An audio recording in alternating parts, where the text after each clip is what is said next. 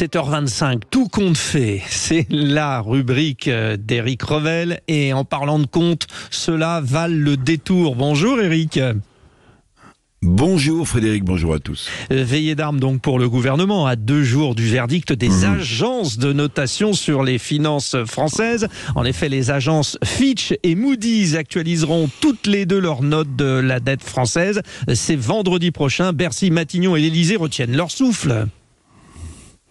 Oui, ça va être chaud, Frédéric, ça va être chaud. Hein. Donc c'est vendredi qu'on attend impatiemment le verdict. Alors, quand je regarde ce qu'avait écrit Moody's ou Fitch, que vous venez de citer, ces deux agences importantes avec Standard & Poor's, je regardais Moody's à la fin du mois de mars estimait à propos des objectifs budgétaires financiers français, qu'en gros ils n'étaient pas réalisables et qu'on n'arriverait jamais à redescendre sous les 3% en 2027. Fitch, c'était au mois d'avril, début du mois d'avril, dans un communiqué.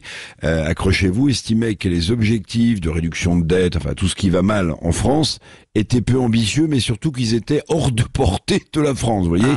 Bon, donc vendredi, sauf grosse surprise, on peut imaginer, il y a une probabilité forte, très forte, que la note française soit dégradée. Réponse donc après-demain. Vendredi. Bon, Fitch alors. Bon, que pensent les autorités françaises indépendantes de la situation financière du pays ? Elle pense pas différemment des communiqués d'agences de notation que je viens de vous citer. Je vais prendre deux avis d'organismes importants en France qui ont le nez sur, non pas la couture du pantalon, mais sur le niveau de la dette française. Le Haut Conseil aux finances publiques, estime que tout cela manque de crédibilité et de cohérence. Je sais pas si vous voyez.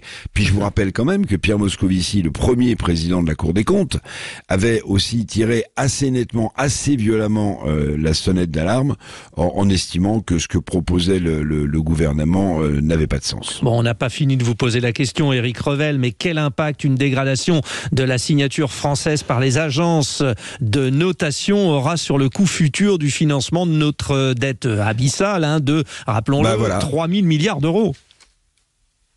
Oui, c'est la question. Quel impact ça va avoir? Alors hier, j'en discutais, figurez-vous, avec François Hollande au club L'Hémicycle.